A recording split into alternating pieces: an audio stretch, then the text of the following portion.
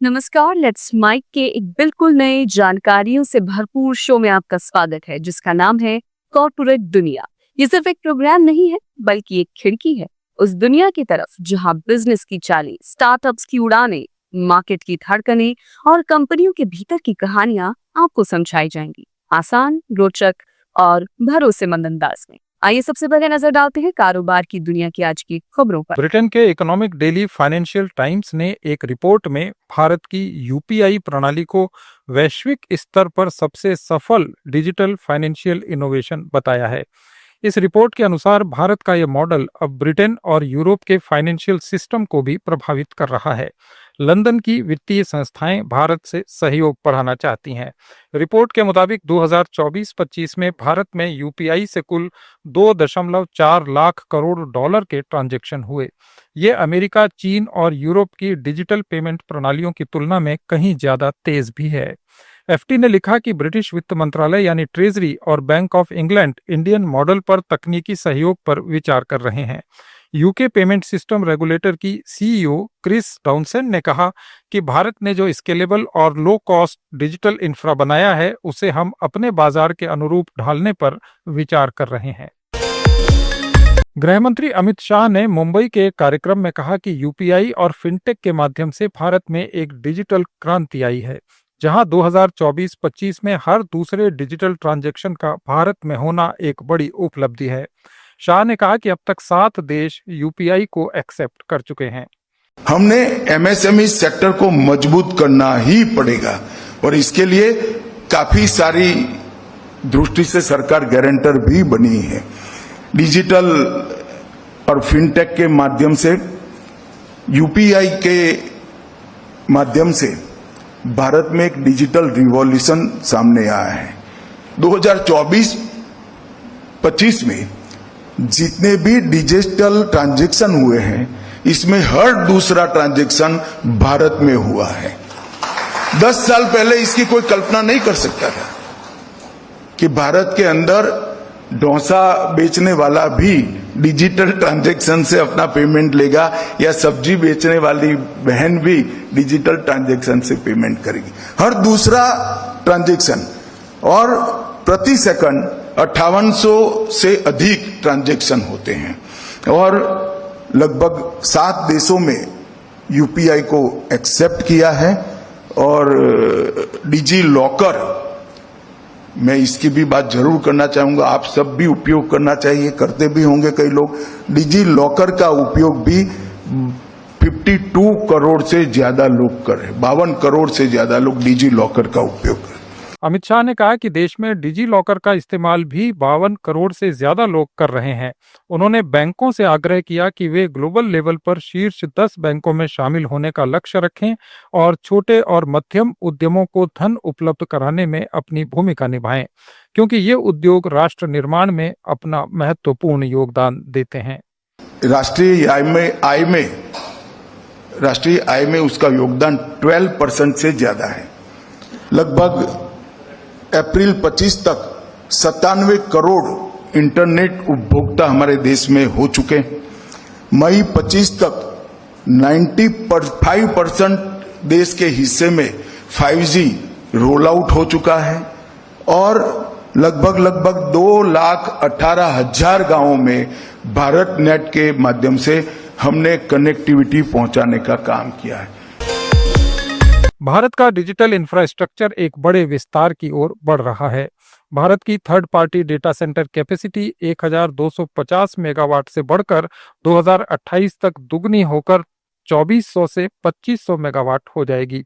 अगले 3 सालों में लगभग 90,000 करोड़ रुपए के इन्वेस्टमेंट के साथ ये वृद्धि देखी जा सकती है।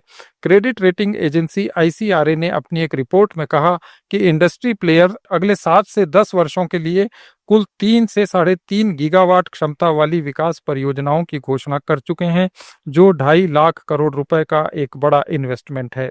ये भारत के वर्तमान डिजिटल चेंज में इस क्षेत्र की महत्वपूर्ण भूमिका को दिखाता है। रिपोर्ट के अनुसार मुंबई अभी भी इंडियन डेटा सेंटर सेक्टर में सबसे आगे है, जो वर्तमान ऑपरेटिंग कैपेसिटी का 50% से ज्यादा योगदान देता है और डीसी कैपेसिटी के मामले में ये दुनिया के शहरों में 21वें स्थान पर है।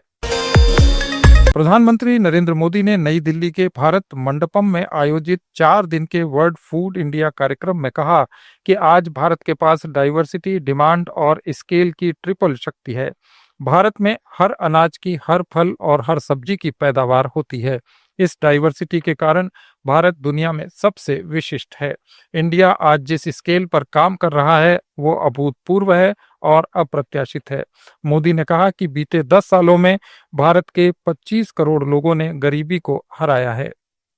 भारत की तरह भी आज दुनिया और खासकर फूड सेक्टर से जुड़ा इन्वेस्टर बहुत उम्मीद से देख रहा है, क्योंकि भारत के पास डाइवर्सिटी, डिमांड और स्केल की तिहरी शक्ति है।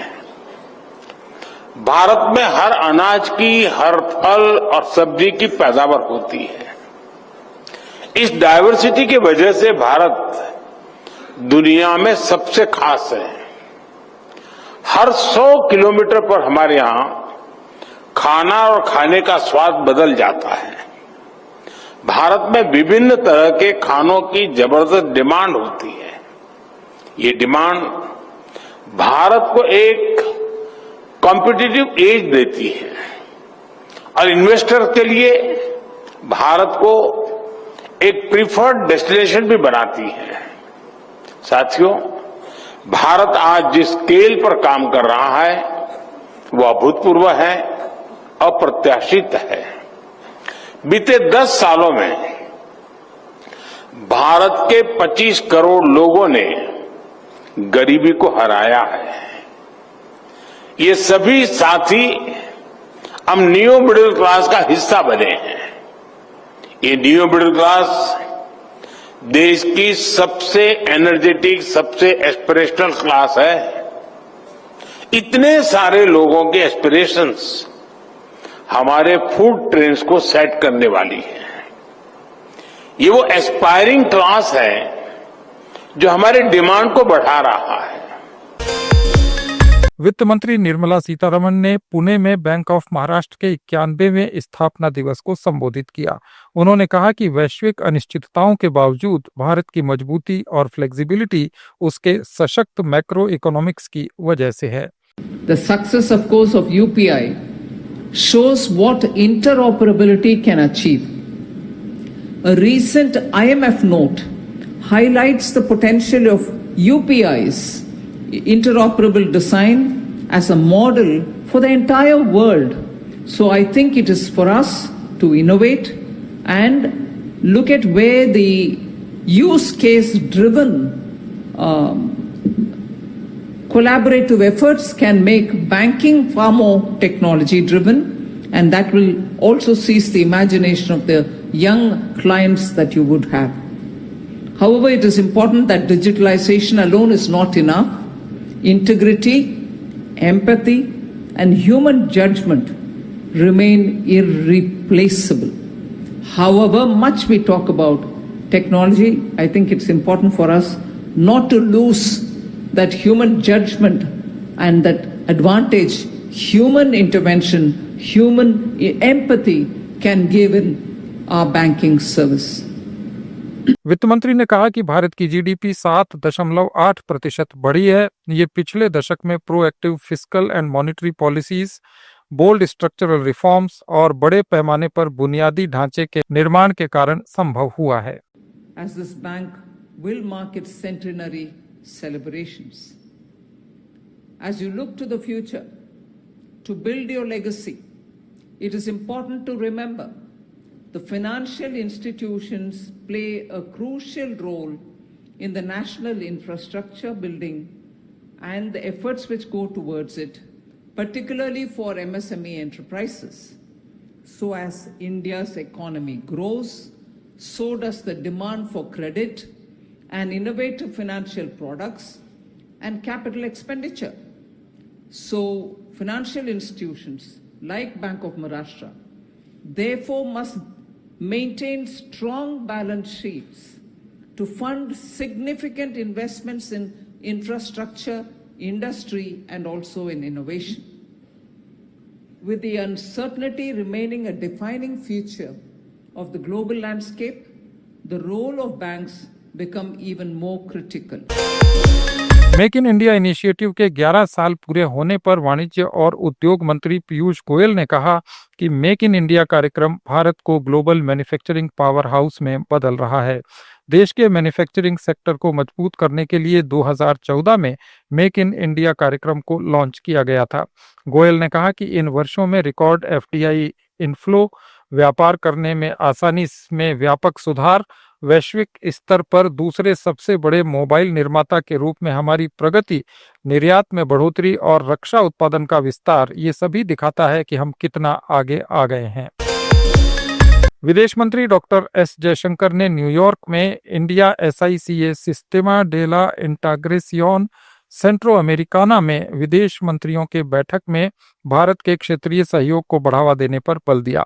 डॉक्टर जयशंकर ने कहा कि भारत दक्षिण सहयोग के ढांचे में SICA को एक प्रमुख पार्टनर के रूप में देखता है। उन्होंने कहा कि हमारे देश विकास, गरीबी उन्मूलन और क्लाइमेट चेंज जैसी एक समान चुनौतियों का सामना कर रहे हैं। अगर हम मिलकर इसका समाधान करें तो इनका ज्यादा प्रभावी ढंग से मुकाबला कर सकते हैं। India regards SICA as a key partner in the framework of South-South cooperation.